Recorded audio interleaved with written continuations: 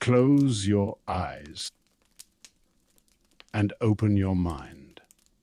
Tonight, we travel back through centuries to a time when the night was deeper, when shadows reached further, and when fear was not just a feeling, but a force that shaped entire lives. The world we enter is 16th century France, the land of kings and peasants, of fields and forests, of holy faith and whispered superstition. In this world, wolves were not distant creatures of storybooks. They were real, tangible predators that moved through the countryside in packs, their eyes glinting with hunger, their howls breaking the silence of the night.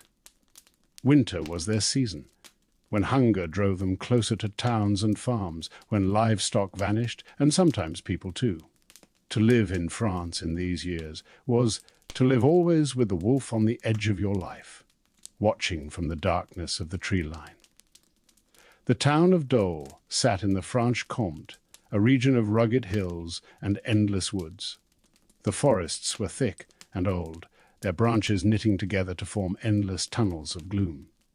Fog rolled heavy between the trunks, and in winter the snow lay deep, muffling sound and leaving only trails of paw prints in its wake. To venture far into these woods was to risk becoming lost forever, swallowed by silence and shadow. But the wolf was not the only thing that lived in the imagination of the villagers. This was a time of witch hunts, of trials that burned bright with fire and fear. Demons were thought to walk among men, whispering temptations, spreading plagues, twisting nature into forms that mocked the divine. Stories of witches, werewolves, and strange half-human creatures circulated in taverns and marketplaces, passed down from neighbor to neighbor until they hardened into belief. If a harvest failed, it was witchcraft. If a child fell sick, it was a curse. And if a body was found torn and half-consumed, it was the work of something more than a simple animal. Against this backdrop of fear and faith, the story of Gilles Garnier took root. To the people of Dole, he would become a name to shiver at, a warning to keep children close, a shadow that lived long after his body was gone. They would call him the Werewolf of Dole. But before he became legend, he was only a man. And it is here, in his life, in his isolation, that the tale begins. Picture a hut on the edge of the forest. Small, rough, smoke curling weakly from its roof. Inside, the air heavy with damp and the bitter smell of burned wood. Gilles lived there with his wife, away from the village, away from the warmth of community. Their life was lean, their table rarely full. He was no farmer with acres of fertile soil, no tradesman with goods to sell, no craftsman with steady work.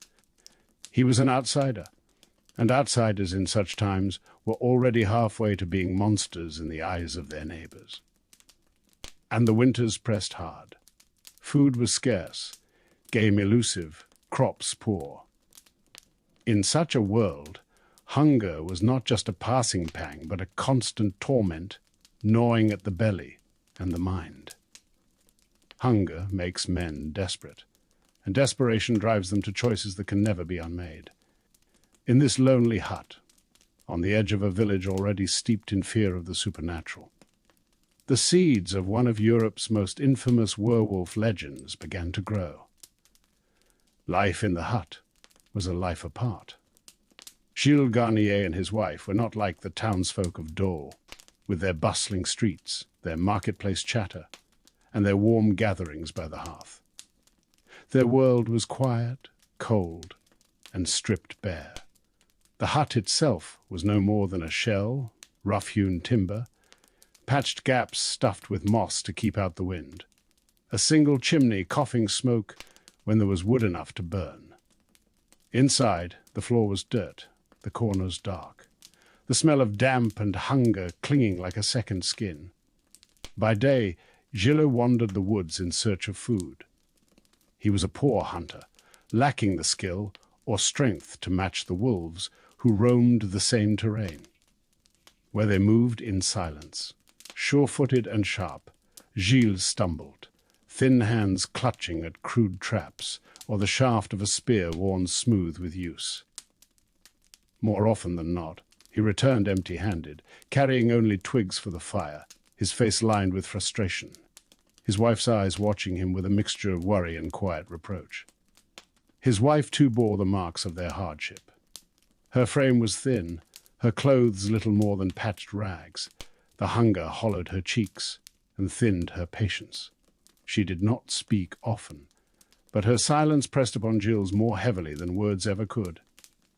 In her gaze he saw both need and disappointment, and that weight drove him further into despair. To the people of Dole, Gilles was already strange. He came into town rarely, and when he did, it was like a shadow slipping through their midst. He spoke little, his eyes darting, his body hunched as though carrying a burden the others could not see. Children whispered about him as they might about a ghost. Women crossed themselves when he passed, muttering prayers beneath their breath. Men shook their heads, uneasy, for there was something in Gilles' hollow stare that unsettled them. Isolation does strange things to a man. Alone in the woods, surrounded by silence broken only by the wind or the distant cry of wolves, the mind begins to wander. Shapes seem to move in the corner of vision. The shadows between the trees take on the form of figures watching, waiting. The howl of a wolf can sound like the cry of something more, something neither beast nor man. And in those long, hungry nights, when the fire burned low and the belly twisted with emptiness, it was easy to believe that other worldly forces might reach out to a desperate soul. It was in such a night, the stories say, that Gilles encountered the stranger.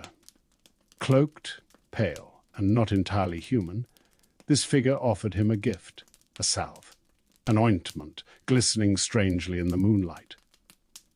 With this, the figure whispered, he could shed the weak frame of man and take on the strength of the wolf. With this, he could hunt with tooth and claw, bringing down prey that eluded him before. With this, he could feed himself and feed his wife, and no longer live in want. Whether this truly happened, no one can say. Some believe Gilles invented it later, a way to explain deeds he could not otherwise confess. Others believe it was born from the fevered imagination of men under torture. But in the minds of the people of Dole, it made perfect sense. Was it not common knowledge that witches brewed salves and ointments for their covens?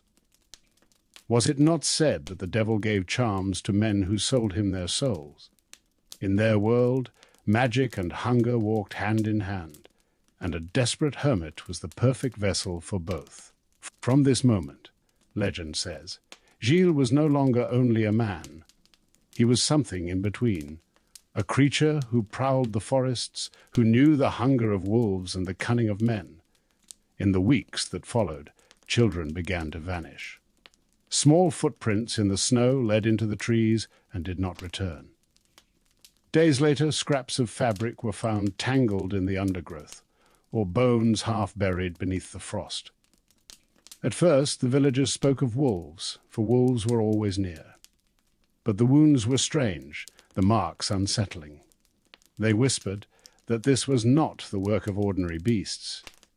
This was the work of something darker, and as they whispered, one name rose again and again. The hermit at the edge of the woods, Gilles Garnier. The children were the first to vanish.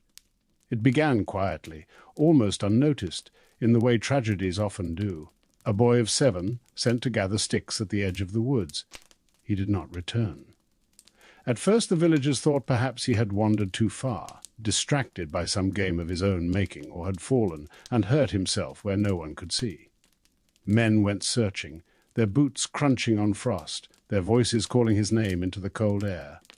But what they found was not a lost child. There on the ground, half hidden by leaves, was a shoe. A little further on, a shred of cloth, torn and stained. And scattered across the snow, marks of struggle, small footprints, smudged, broken, and then gone, swallowed by heavier tracks that seemed to shift between paw and boot. When they pressed further, they found worse. Bones gnawed clean, as though by an animal.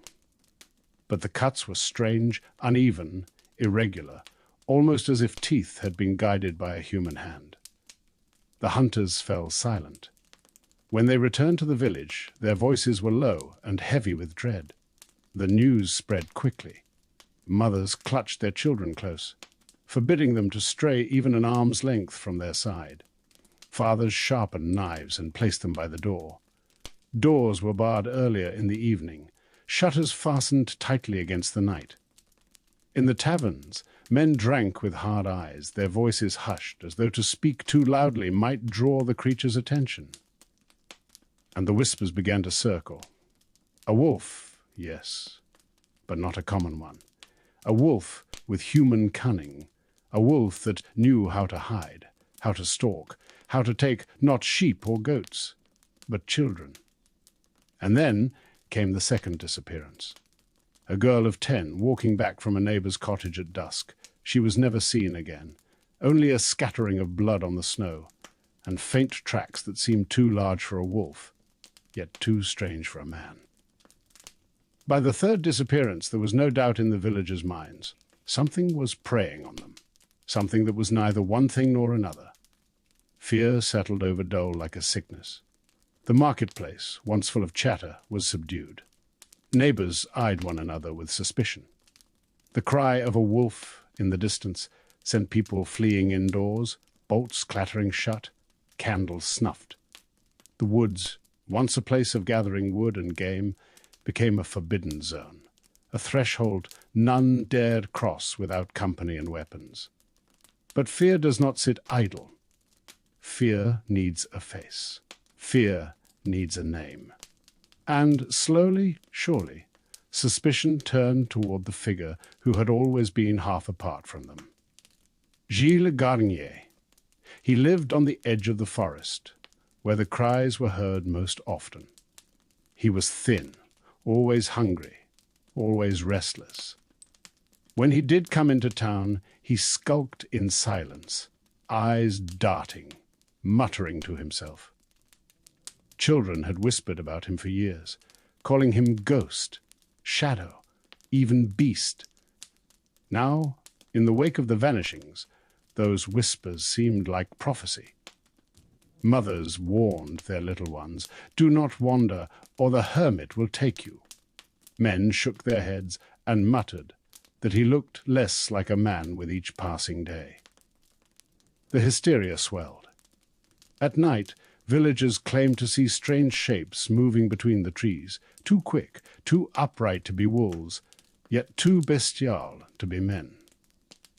Woodcutters swore they saw glowing eyes staring at them from the thickets, eyes that did not belong to any creature they knew. Farmers spoke of hearing snarls on the wind, snarls that rose into words. Whether these were real or born from fear, none could say, but in the minds of the people, the evidence was mounting. The stories grew wilder with every telling. Some said Gilles had made a pact with the devil himself, trading his soul for the ability to hunt as a wolf. Others swore they had seen him half-changed, crouched at the edge of the forest, his face twisted, his hands clawed, his body shifting in the moonlight between man and beast. Whether anyone truly saw these things mattered little.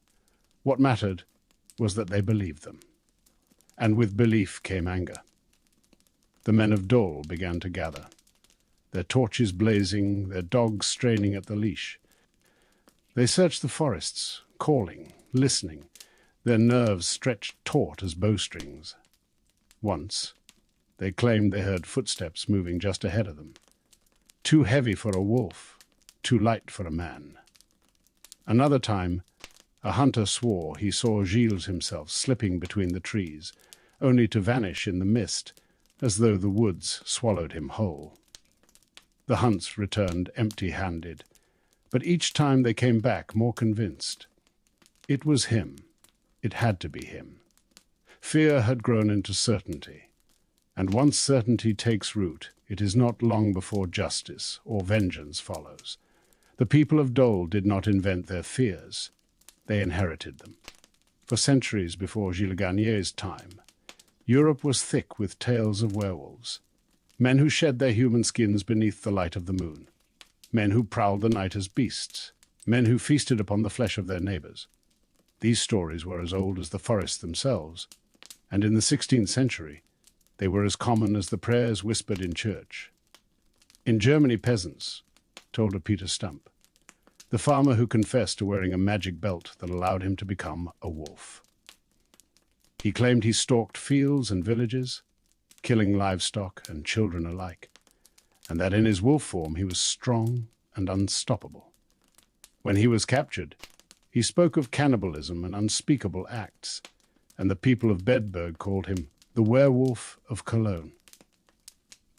His trial ended, like Gilles', in fire, his body torn apart as an example to others. Further east, in Livonia, the stories took on a different shape. There, in the deep snows and dark winters, some believed that werewolves were not the devil's servants, but God's soldiers. A man named Thies of Kaltenbrunn once claimed that he and other werewolves left their bodies behind on earth, their spirits descending into the underworld to battle witches and demons who threatened the harvest. For these peasants, the werewolf was not wholly evil, but a liminal being, caught between the natural and the supernatural, cursed and blessed in equal measure. In France itself, the tales were countless. Long before Gilles Garnier, villagers spoke of beasts prowling in the night. Later, the countryside would be gripped by the terror of the beast of Gévaudan, a monstrous creature that killed over 100 people. Its body never truly explained, its legend enduring to this day.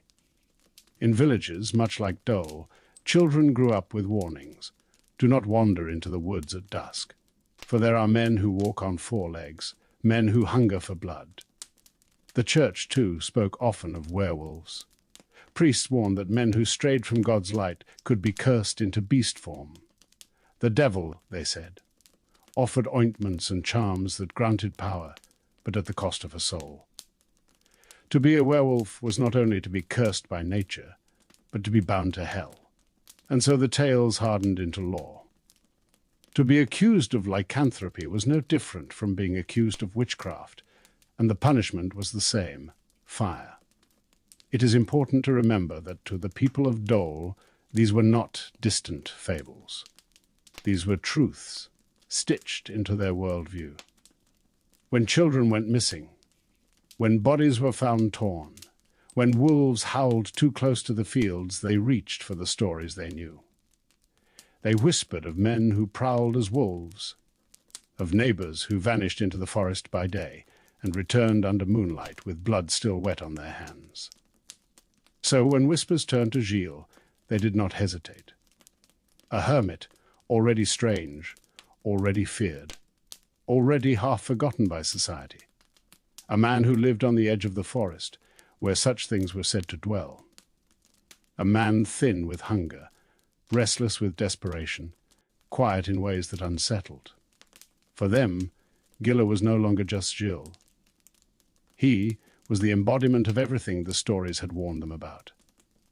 He was their werewolf, and with each new disappearance, with each child gone and each shadow glimpsed, their certainty hardened. Fear had become hysteria, and hysteria demanded a scapegoat. Soon, the people of Dole would gather not only their whispers, but their ropes and chains. The hunt for Gilles Garnier was about to begin. The fear in Dole could not be contained within whispers and prayers any longer. By the time a 4th child had vanished, the town was trembling with rage as much as terror.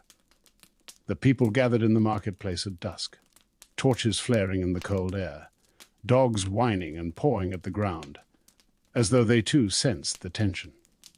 Men stood shoulder to shoulder, their breaths steaming like smoke, their faces grim. They spoke of vengeance, of fire, of ridding their home of the beast that stalked them. The hunts grew larger now, not just a handful of farmers with spears, but entire bands of men, armed with pikes, axes, and hunting bows, dogs straining on leashes, their noses low to the ground. They moved into the forests like an army, the glow of their torches weaving between the trees, their voices echoing in harsh calls. The woods at night were a place of confusion. Fog clung to the undergrowth, shadows twisted and stretched, and every sound seemed magnified. Branches snapped in the darkness, owls shrieked overhead, and wolves howled in the distance, their cries carrying on the cold air. Each noise set nerves jangling, each flicker of movement sent hearts racing. Some swore they saw figures slipping between the trees, upright, watching, vanishing into mist before they could be chased. The hunts returned with little proof, but with growing certainty. The tracks they found were odd, prints that looked at first like the pads of a wolf, yet stretched strangely, the claws too shallow, the shape too long. And then, just a little further along, they would find boot prints, pressed deep into the frost. Men whispered that they were one and the same, that the creature shifted from man to wolf and back again, moving faster than the hunters could follow. Stories swirled of men glimpsing Gilles himself in the moonlight, crouched by a stream, his mouth and hands red with what might have been blood. One hunter claimed he saw the hermit rise from the earth itself, his form twisting in the shadows. Whether these were true sightings or the inventions of frightened minds mattered little. By now, Gilles Garnier had been chosen as the culprit. He was the werewolf, the thief of their children, the thing that howled in the night. When at last he was seized, it was not with ceremony. Men stormed his hut, dragging him from its smoky shadows. His wife screamed as he was bound, his thin body flailing weakly against the ropes. They dragged him into town, and as the news spread, villagers poured into the streets to see the monster in their midst. Mothers spat at him, fathers cursed him, children clung to their mothers' skirts with wide eyes. By the time Gilles reached the hall where his trial would be held, he was no longer seen as a man at all. The trial was set in the cold stone chamber of Dole. The air was damp, heavy with the murmur of the crowd that pressed in against the walls. Torches flickered, their light quivering against the vaulted ceiling, casting shadows that seemed to shift and crawl. At the center stood Gilles, bound thin, his face pale and drawn. Before him sat the magistrates, stern and robed, their eyes fixed upon him like hawks. The charges were read aloud: witchcraft, lycanthropy, murder, cannibalism. Each word struck the room like a hammer blow. The crowd shifted and murmured, their grief and fury boiling over. Mothers sobbed quietly, fathers muttered threats, priests whispered prayers. Gilles stood trembling, his lips moving though no sound came. The questioning began. Was it true he prowled the woods at night? Was it true he lured children away? Was it true he killed them, feasting upon their flesh? Did he not confess that he had been given an ointment that allowed him to transform into a wolf? The questions were sharp, relentless, and each one pressed him closer to the edge. Gilles denied, then faltered, then fell silent under their weight. And then came the tortures, the rack, the screws, the lashes, devices that tore screams from even the strongest lips. Under such agony, truth blurred with invention, and men spoke whatever would end their suffering. Gilles broke. His words spilled forth in a torrent of pain and fear. Yes, he confessed, he had killed. Yes, he had eaten. Yes, he had hunted as a wolf, his body twisting beneath the moon with the aid of a devil's salve. The confession spread quickly through the town, feeding the fire of hysteria. By the time the trial ended, there was no doubt in the minds of the people. Gilles was not a man. He was their monster, their werewolf. He had killed their children, and for that there could be no mercy. The verdict was pronounced swiftly. He would be taken to the stake and burned. Only fire, they believed, could cleanse the evil that had taken root in him. But as Gilles was led away, some few whispered to themselves, was he truly the beast they claimed? Or was he only a desperate, starving man, broken under the weight of torture, forced to confess to crimes beyond belief? The crowd had no ears for such doubts. For them, the judgment was clear, the punishment necessary. The Werewolf of Dole would be purged by fire. The morning of the execution dawned with a sky of pale grey, the kind of colourless light that seemed neither day nor night, but something in between. Frost clung to the fields around Dole, the grass brittle, the roofs white with cold. The villagers stirred early, for they knew what was to come. Justice or vengeance, depending on who you asked, was about to be carried out. From hamlets and farmsteads they came, walking through the biting air, their boots crunching over ice, their breath rising in clouds. They came with children bundled in shawls, with baskets of bread and wine, with grim faces and heavy hearts. This was not a day for joy. It was a day for fire. At the center of the square, the stake had already been prepared. Rough-hewn wood, bound together, towering above the crowd like a grim monument. Around its base, bundles of dry branches and logs were stacked high, their edges sharp with frost, ready to catch flame. The smell of pitch and tar stung the nose, a scent of inevitability. The air carried the heaviness of silence, broken only by the crack of whips as guards moved men into place, by the restless whine of dogs held on short leashes, by the low, anxious murmur of the crowd. And then he appeared, Gilles Garnier, thin as ever, gaunt, his body bound in chains, his face pale as though the life had already left him. His clothes hung loose upon him, ragged and stained. He stumbled as he was led forward, his legs weak, his head bowed. Some said he muttered prayers. Others swore his lips curled into snarls, his voice growling with the sound of something not entirely human. But the villagers saw only one thing, the beast that had haunted their nights, now shackled and broken. The magistrates stood solemnly, reading aloud the charges once more. Witchcraft, lycanthropy, murder, cannibalism. Each word was like a stone thrown into the crowd, and each time the murmurs rose and swelled until the air itself seemed to hum with dread. Mothers clutched their children tight, whispering that they were safe now. Fathers set their jaws hard and unyielding. The priests made the sign of the cross, their voices low in prayer. The executioners moved quickly. They bound Gilles to the stake, their ropes biting into his frail frame.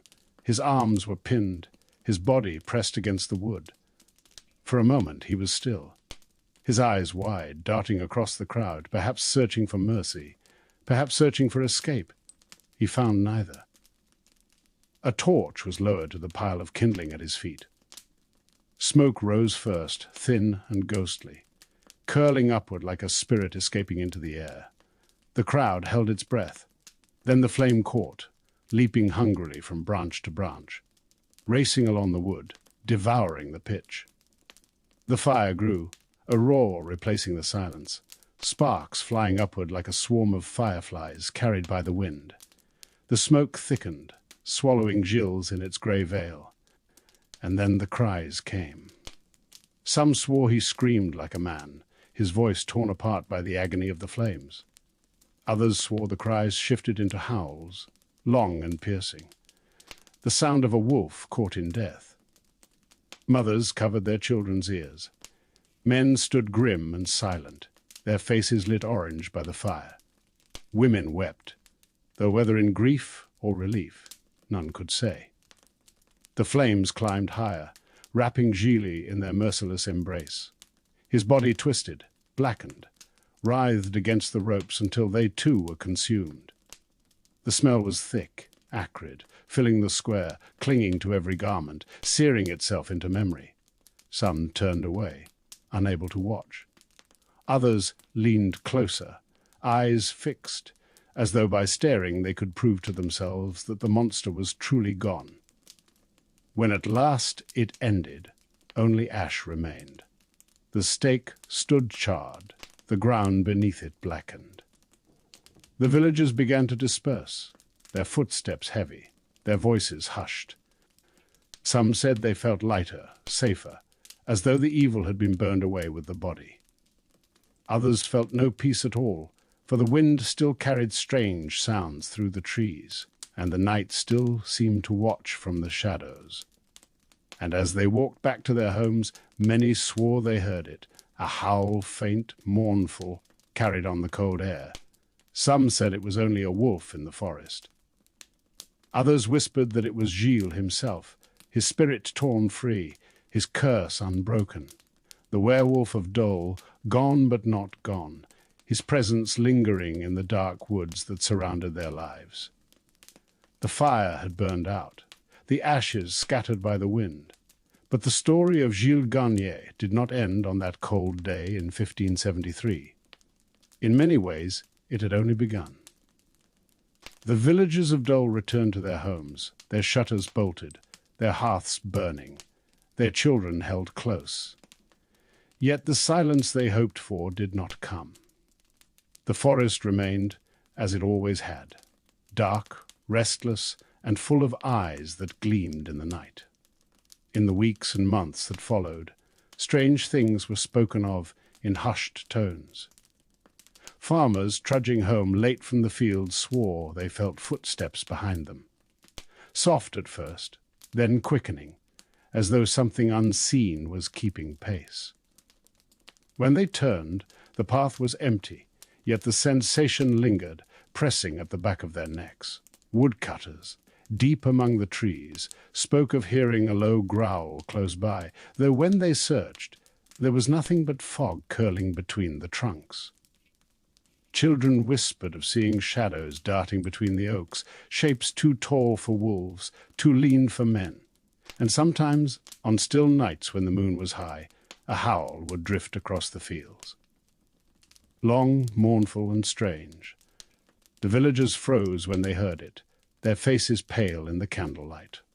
Wolves howled often in that country, but this was different. It was slower, heavier, tinged with something human. They told themselves it was only memory, only fear echoing back to them. But in their hearts they wondered. Could it be that the Werewolf of Dole still roamed, not in flesh but in spirit? The story spread, as stories always do.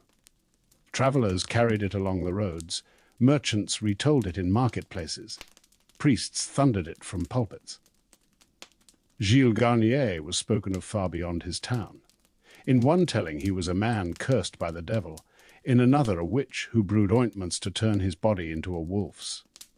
Some said he stalked the woods of France long after his death, his spirit bound to wander, seeking forever the flesh of children. Others whispered that he had been no monster at all, only a starving man, driven to desperation, crushed by torture into confessing crimes that fit the villagers' darkest fears. Yet the more the tale was told, the less he seemed a man, and the more he became a creature of legend. He joined the ranks of Europe's werewolves, Peter Stump in Germany, Thies in Livonia, the nameless beasts that haunted village lore. His name became a warning to children. Do not stray into the woods, for Gilles waits there. Do not wander after dusk, for the wolf-man still hunts beneath the trees. Parents invoked him to hush their little ones. Teachers used his tale to remind their pupils of God's law, and storytellers found in him a ready figure to chill the bones of any who listened. Generations passed, but the forests of Franche-Comté held their silence. Travellers wrote of unease in those woods, of hearing cries at night that seemed too strange, too mournful. Some claimed to see the glint of eyes in the undergrowth, bright as fire, watching, unblinking. Others spoke of paw prints pressed deep into the mud, prints that stretched and warped until they became the marks of human feet. Even now, centuries later, his shadow lingers. Historians debate whether Gilles was truly guilty or only another victim of hysteria. Was he a werewolf? Or only a starving hermit, blamed for the tragedies of wolves and winter? The truth lies lost to time, scattered like the ashes of his execution. But in the minds of those who tell his story, he remains forever the Werewolf of Dole.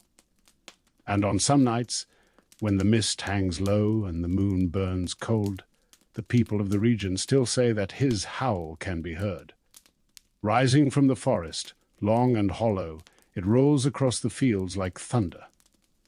The villagers lock their doors, whispering prayers as the sound fades, leaving only silence. Was it only a wolf, or was it the spirit of Gilles, still wandering, still hungry, still caught between man and beast? The story has no ending, because legends never truly die. They breathe with each retelling, each whisper around the hearth, each warning to a child at dusk. And so Gilles Garnier walks still, in memory, in fear, in the shadows of the forest that gave him his name. Now, let your thoughts drift away from those haunted woods. Let the fire of the stake burn low in your mind, leaving only embers, soft and dim. Breathe deeply, and let the weight of centuries slip away. You are safe. You are still. The wolf cannot reach you here. Close your eyes and sleep.